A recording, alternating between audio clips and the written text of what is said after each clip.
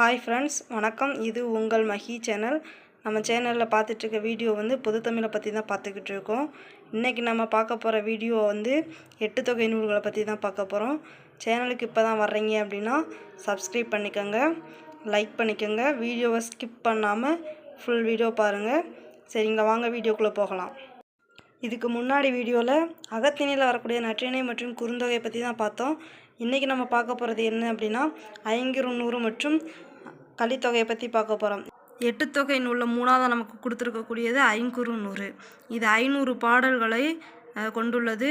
குறுகிய வடிவம் கொண்டதால் இது பேர் ஐங்குறுநூறு அப்படின்னு சொல்கிறாங்க. திணை வகை அகத்திணை, பாவகை ஆசிரியப்பா, தொகுத்தவர் கூடலூர் கிழார், தொகுப்பித்தவர் யானைக்கட்சை மாந்தரஞ்சேர் இரும்பொறை, உரை எழுதியவர் உவே சாமிநாதையர் 1913 உரை எழுதியிருக்காரு.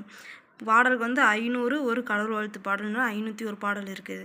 சரிங்களா, இந்நூலில் பார்த்துக்கோங்க 500 பாடல்களை கொண்டது அப்படின்னு சொல்லியிருக்காங்க. 5ன்றது 5 திணை வகைகளை கூறும். அது என்னென்ன திணை அப்படின்னா மருதத்திணை, நெய்தல் திணை, குறிஞ்சி திணை, பாலைத்திணை, முல்லைத்திணை.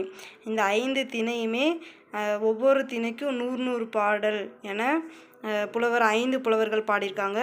ஒவ்வொரு புலவரும் ஒவ்வொரு திணையை பற்றி பாடியிருக்காங்க. இந்த ஒரு திணைக்கு 100 பாடல் வீதம். அந்த 100 பாடலை 10 தலைப்புகளில் 10 பாடலாக பிரித்து எழுதியிருக்காங்க புலவர் 5 பேருமேவும். சரிங்களா, அடுத்து நம்ம பார்க்க போகிறது அந்த திணைக்குரிய புலவர்கள் யார் அப்படின்னு சொல்லி பார்க்குறோம். அந்த புலவர் மருத திணைக்கு ஓரம்போகி, நெய்தல் திணைக்கு அம்மூவனார், குறிஞ்சி திணைக்கு கபிலர், பாலைத்திணைக்கு ஓதாலாந்தையார், முல்லை திணைக்கு பேயனார். இதை ஒரு கவிஞர் பாடியிருக்காங்க. மருதம் ஓரம்போகி, நெய்தல் அம்மூவனார், கருதும் குறிஞ்சி கபிலன், கருதிய பாலை ஓதலாந்தை, பனிமுல்லை பேயனே, நூலை ஓது ஐங்குறுநூறு அப்படின்னு சொல்லி பழைய பாடல் ஒன்று நமக்கு கொடுத்துருக்காங்க. இந்த பாட்டை நீங்கள் மனப்பாடம் பண்ணிக்கிட்டீங்க அப்படின்னா நமக்கு எப்போவுமே மறக்காது. இந்த திணைக்கு ஐங்குறுநூறில் வர இந்த திணைக்கு யார் புலவர்கள் அப்படின்னு சொல்லி நமக்கு மறக்காது.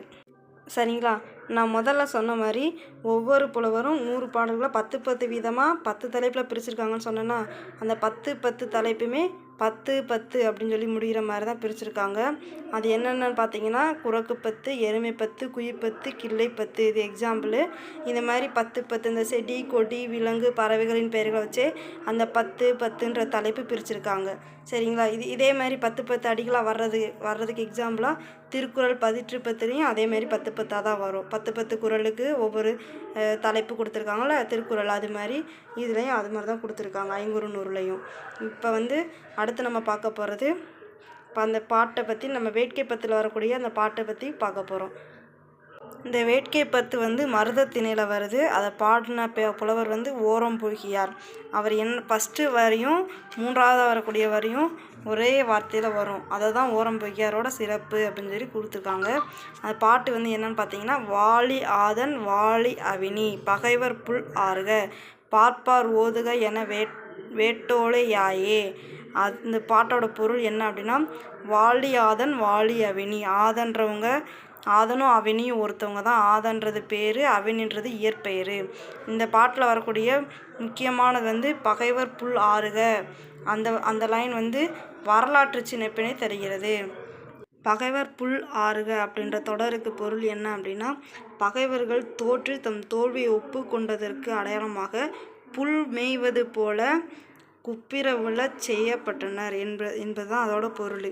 சரிங்களா, அடுத்து நம்ம பார்க்க போகிறது குறிஞ்சி திணையில் கபிலர் பாடிய பாட்டு ஒன்று தான் பார்க்க போகிறோம். அது என்ன அப்படின்னா அன்னாய் வாழி வேண்டன்னை நம் படைப்பை தேன்மயங்கு பாலினும் இனிய அவர் நாட்டு உவலை கூவர் கீழே மானுண்டு எஞ்சிய கலிலி நீரே அப்படின்னு சொல்லி இந்த பாட்டு கொடுத்துருக்காங்க.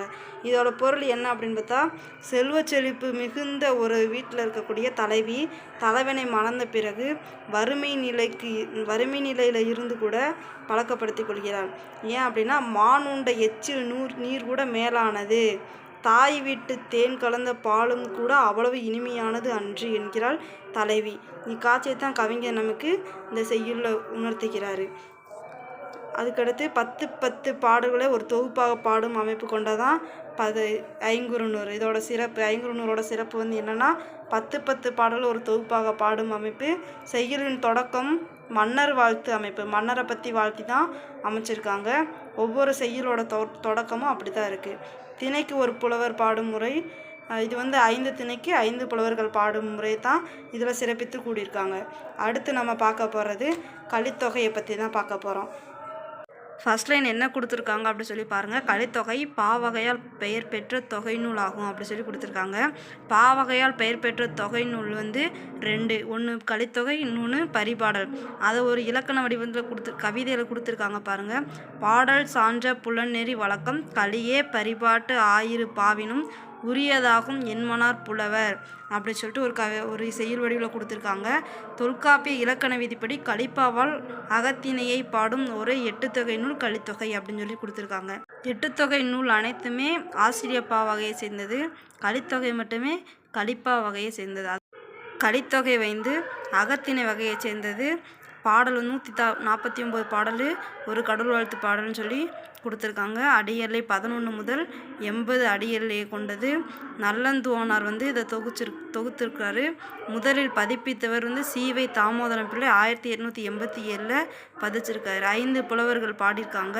உரை வந்து நூல் முழுமைக்குமே ஒரே ஒருத்தர் தான் எழுதியிருக்காரு. நச்சினார் கிணியார் அப்படின்னு சொல்லி அவர் தான் உரை எழுதியிருக்காரு. ஐங்குறுநூறில் நமக்கு கொடுத்துருக்க மாதிரி தான் 5 திணையும் பாடியிருக்காங்க. பாலைத்திணை, குறிஞ்சித்திணை, மருதத்திணை, முல்லைத்திணை, நெய்தல் திணை.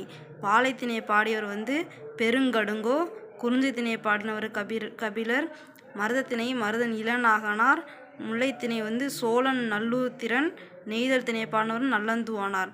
இதை வந்து ஒரு செய்யுள் பகுதி நமக்கு விளக்கியிருக்காங்க பாருங்கள். பெருங்கடுங்கோன் பாலை, கபிலன் குறிஞ்சி, மருதன் இளநாகன் மருதன், அருஞ்சோழன் நல்லுரத்திரன் முல்லை, நல்லுந்துவன் நெய்தல், கல்வி வளார் கண்ட களி அப்படி சொல்லி செய்யுள் பகுதியில் நமக்கு புலவர் உணர்த்தியிருக்காங்க. இது ஐங்குறுநூறுக்கும் கலித்தொகைக்கும் கன்ஃபியூஸ் பண்ணிடாதீங்க. ஐங்குறுநூறில் வர ஆசிரியர் புலவர் யார் அப்படின்னு சொல்லி பார்த்துக்கோங்க. கலித்தொகையில் வர புலவர்கள் யார் யார் அப்படின்றத கவனமாக பார்த்துக்கோங்க. ஏன்னா டிஎன்பிஎஸ்சியில் இதை கேட்கும்போது நீங்கள் கன்ஃபியூஸ் ஆகிடக்கூடாது. சரிங்களா? Thank you friends. 8 தொகை நூலில் நற்றிணை மற்றும் குறுந்தொகையை பற்றின லிங்க் வந்து நான் டிஸ்கிரிப்ஷனில் கொடுத்துருக்கேன் ஃப்ரெண்ட்ஸ். பாருங்கள், பிடிச்சா லைக் பண்ணுங்கள், கமெண்ட் பண்ணுங்கள், அப்படியே உங்கள் ஃப்ரெண்ட்ஸுக்கும் ஷேர் பண்ணுங்கள், முடிஞ்சால் சப்ஸ்கிரைப் பண்ணுங்கள். Thank you friends.